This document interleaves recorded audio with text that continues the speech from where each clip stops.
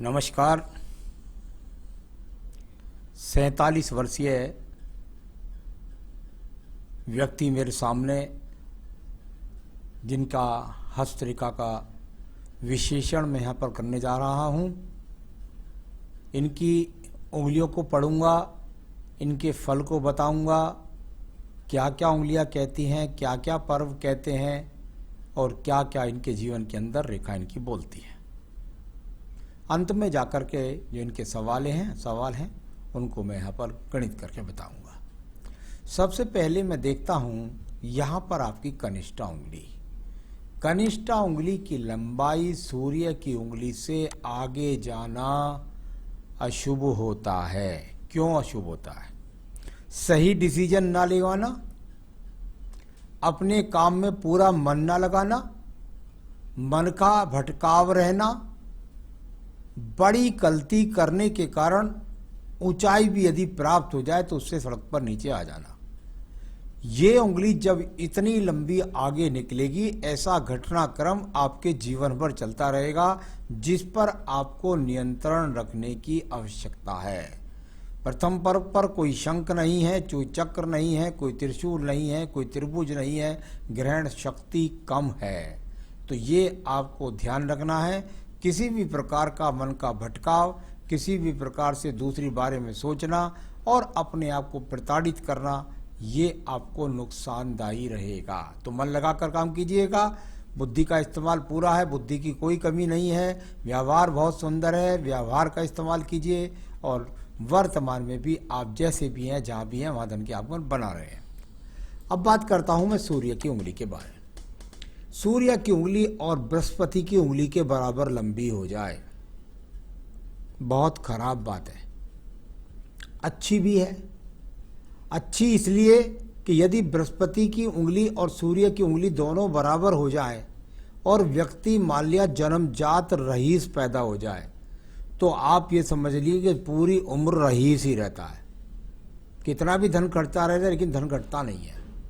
लेकिन जब ये उंगली गरीबी में हो और व्यक्ति किसी भी संघर्ष से अपनी जीवन को शुरुआत करे, तो ऐसे व्यक्ति का जीवन का संघर्ष बहुत लंबा चल जाता है। कई बार तो 30 से 40 वर्ष तक चल जाता है। सूर्य के पर भी कोई शंख नहीं, कोई चक्र नहीं, ग्रहण शक्ति सही नहीं, कुल मिलाकर ऊर्जा की कोई कमी नहीं। यहाँ अपने आप में सम्मान प्राप्त करने के लिए कोई गलत काम भी नहीं करते हैं, लेकिन राज्य सरकार का कोई सहयोग नहीं मिलता है। बात कर लेता हूँ यहाँ पर मैं आपके शनि की उंगली के बारे में। शनि की उंगली पर भी कोई किसी प्रकार का कोई भी सम्मानीय चिन्ह नहीं। साथ ही साथ टर्न लेकर के आपके जीवन में जब जब बोलते नाम से, जन्म नाम से शनि की 7.5 ढैया आएगी, तब तब आपके जीवन के अंदर धन का संघर्ष और साथ ही साथ कह सकते हैं कि आपको रोगों का सामना करना पड़े। अभी सेकंड पर्वत बिल्कुल शून्य है। कोई यहाँ पर मित्रवत रेखाएं, अच्छी रेखाएं नहीं खड़ी हैं, जिनके कारण मैं धन के बहुत अच्छे ग्रहण के स्रोत बताऊँ। जब इस तरह का सपाट पर्व सेकंड हो जाए तो व्यक्ति का धन के प्रति संघर्ष और साथ ही साथ कर्ज का सामना भी हो जाता है। कुल मिलाकर अपने जीवन को संघर्ष चला रहे हैं। अब यहाँ पर देखिए बृहस्पति की उंगली, उस पर भी कोई अच्छा चिन्ह नहीं, बल्कि माइनर सा चमक रहा है। ध्यान रखें, खान पान पर नियंत्रण रखें, किसी गलत आदत का शिकार न हो। साथ ही साथ सेकंड पर्वत पर देखता हूँ मन से चाहा हुआ पति बच्चों के लिए नहीं कर पाते हैं, ऐसा जहाँ पर बृहस्पति की उंगली से भगवान की कृपा के चिन्ह यहाँ पर नजर नहीं आए। आइए बात करता हूँ यहाँ पर बुध पर्व के बारे में। बुध का पर्व, और यहाँ पर यदि देखता हूँ तो ये बिल्कुल सुप्त रेखा है। मेरे हिसाब से इनको सुप्त मैं बोल रहा हूँ।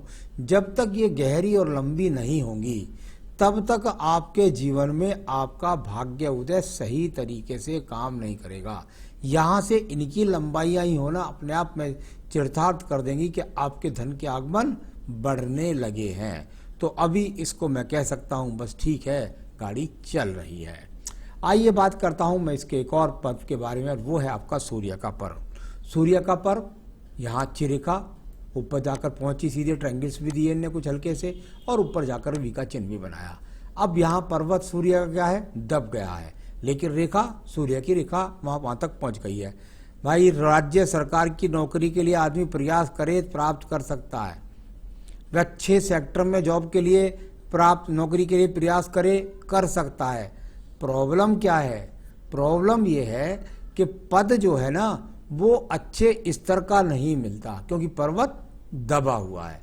लेकिन इस तरह का इंडिकेशंस आपके हाथ के अंदर है, इसको आपने कितना कैश किया है, कितना नहीं किया है, ये आपको पता होगा। यहाँ से एक रेखा सूर्य से बृहस्पति पर्व को भी जा रही है, यानी कुल मिलाकर के ये भी संकेत दिखाई दिया कि जन्म स्थान से दूर जाकर के किसी राज्य सरकार की नौकरी या अच्छे सेक्टर की नौकरी कर सकते हैं।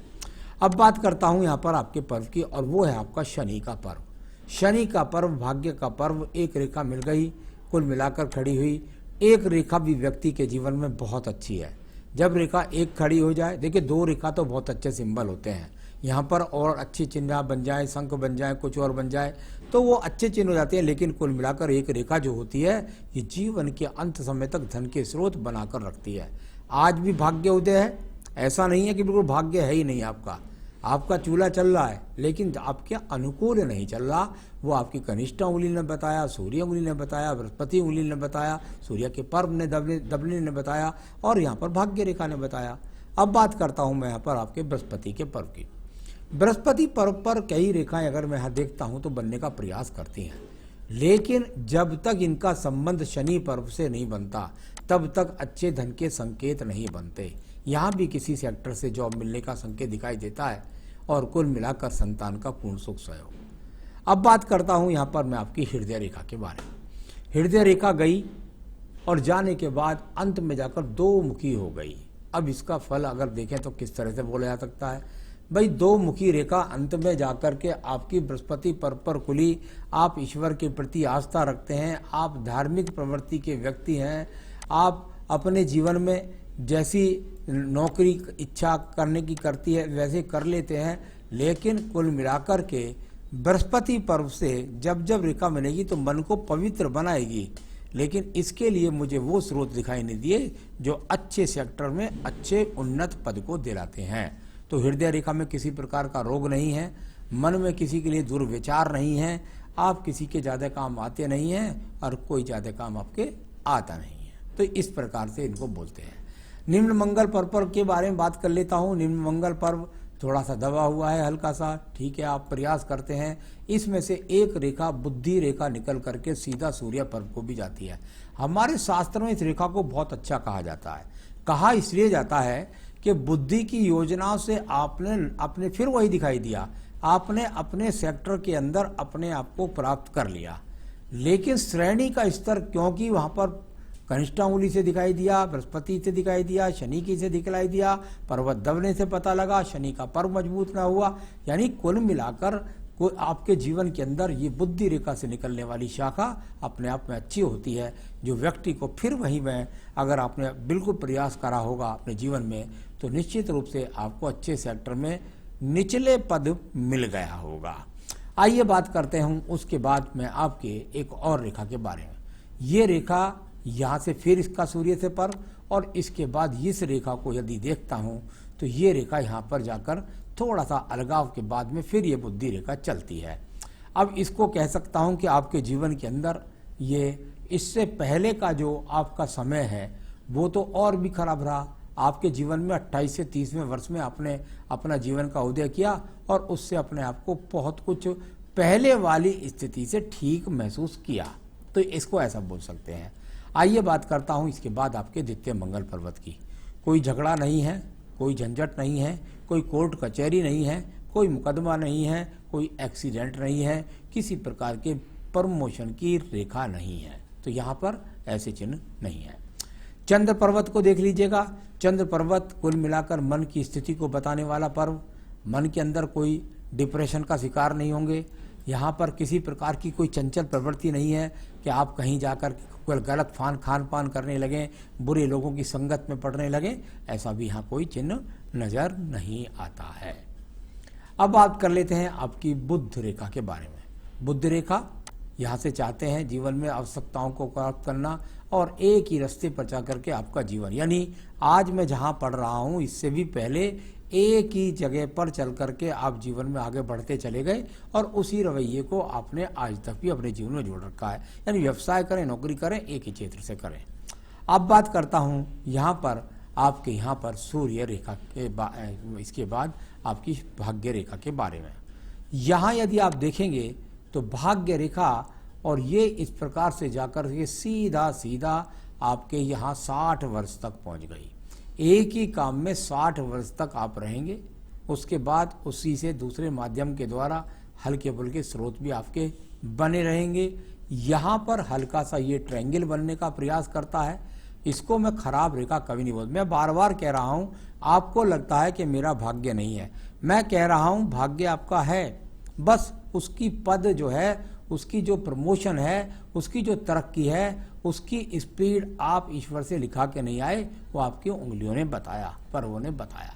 तो ये ट्रायंगल ऐसी बात नहीं, अगर इसका लाभ ना होता तो आपके जीवन में असली तो पता जब आपको लगता कि कितना खराब आपके जीवन में गुजर रहा है। अब बात करता हूं मैं इसके बाद आपकी रेखा के बाद में सीधा सीधा छोटी सी मंगल रेखा है, उसका ज़्यादा सपोर्ट नहीं आपके जीवन में। 45वें वर्ष के बाद ये खत्म हो गया आपका। इसके बाद हिम्मत आप हार गए और इसके बाद शुक्र पर्वत है, किसी प्रकार की ज़्यादा गतिविधि नहीं, सामान्य सा शुक्र पर्व, सामान्य सुख साधन। आइए बात करता हूं मैं आपकी यहाँ अन्य रेखा के बारे में, और वो है आपकी यहाँ पर आपकी आयु रेखा। आयु रेखा और जीवन के अंत में उसको अगर आप कहें तो एक तरह से का यहाँ 2 डिवाइडेशन, हल्का फुल्का परिवार का, कोई बहुत बड़ा सहयोग नहीं, और इस तरह से आयु रेखा यहाँ पर लगभग 80 प्लस। तो ये तो इस तरह से सारी हाथ की रेखाओं को, पर्वतों के और शुक्र पर्वत के बारे में, शब के बारे में मैंने आपको बता दिया। अब बात करते हैं यहाँ आपके सवालों पर। मेरा भाग्य उदय कब तक होगा?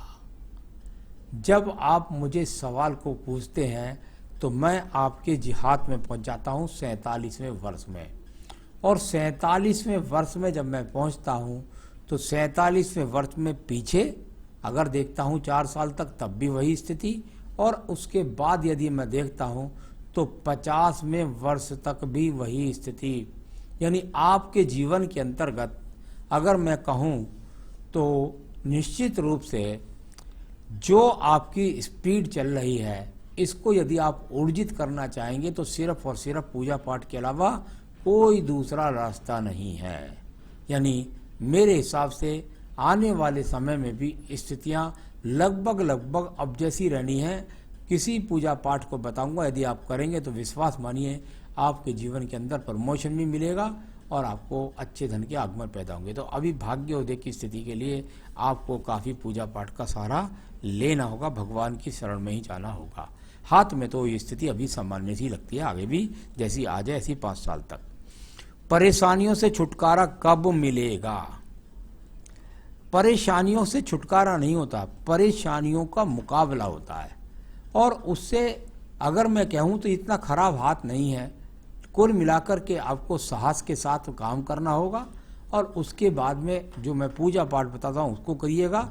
निश्चित रूप से आपके संकट भी कटेंगे और सारी परेशानियों से आपको छुटकारा मिलेगा। पैसों से और बीमारी से मुक्ति कब मिलेगी? पैसों से और बीमारी से मुक्ति कब मिलेगी? जहाँ तक आप मुझसे पूछते हैं तो मुझे आपके हिसाब से कोई ज़्यादा रोग की चिंता नहीं है। हो सकता है परिवार में कोई ज़्यादा बीमार हो, आपका जो भी रोग है वो स्थायी नहीं रहने वाला है, वो बहुत जल्दी से चला जाएगा। मैं उपाय बता रहा हूँ, उसको करिए, इससे आपको आराम मिल जाएगा। बच्चों का भविष्य बच्चों की जन्म पत्री देखकर बताएंगे। जीवन में मकान प्रॉपर्टी बना पाएंगे या नहीं, ये आपने पूछा है। अगर मैं आपकी हस्तरेखा में देखता हूँ तो मुझे मकान का चिन्ह अगर कोई हल्की सी संभावना दिखाई देती है, तो हालांकि मैं इतना बोलता नहीं हूँ, तो वो 53 वर्ष से पहले नहीं है। हो सकता है 53 में आपको मौका मिले और उस समय आप इन्वेस्टमेंट करके अपने कोई ज़मीन मकान ले पाए, ऐसी संभावना का चिन्ह हल्का सा दिखाई देता है। तो उससे पहले नहीं है, अभी 5 साल से पहले। और जीवन में सफलता कब मिलेगी? तो मैंने जो पूजा पाठ है बता देता हूँ, और फिर सफलता आपके जीवन में मिलनी शुरू हो जाएगी। आपकी काफ़ी चीज़ें आपसे आप अपने आप को अच्छा महसूस करेंगे। सबसे पहले संकट नाशन गणेश स्रोत का पाठ रोजाना करिए। संकट नाशन गणेश स्रोत का पाठ आपको करना है, और साथ में आपको पढ़ना है दारिद्र्य दहन स्रोत। दारिद्र्य दहन स्रोत इसका लिंक मैं दे दूंगा दोनों का। उनकी पूजा आप रोजाना अपनी पूजा में शामिल कर लीजिए। इससे आपके जो आने वाले संकट हैं वो कटेंगे और साथ ही साथ आपकी गरीबी दूर होगी। ये पूजा 6 महीने के बाद में लाभ देना शुरू कर देती है और फिर बहुत अच्छे लाभ व्यक्ति के जीवन में उसको प्राप्त होते हैं। मेरे हिसाब से आप कोई अंगूठी ना पहने, आपके लिए मैं कोई अंगूठी सजेस्ट नहीं करूँगा, तो कोई अंगूठी आप ना पहने, अंगूठी की आपको ज़रूरत नहीं है। आपको पूजा पाठ की ज़्यादा ज़रूरत है। पत्नी से कहें वो वैभव लक्ष्मी के व्रत कम से कम 21 अवश्य रखे और उसके बाद उद्यापन करें। देखिए आपके जीवन में बहुत कुछ निराशा से आप उभर जाएंगे और आपका भाग्य उदय हो जाएगा। नमस्कार।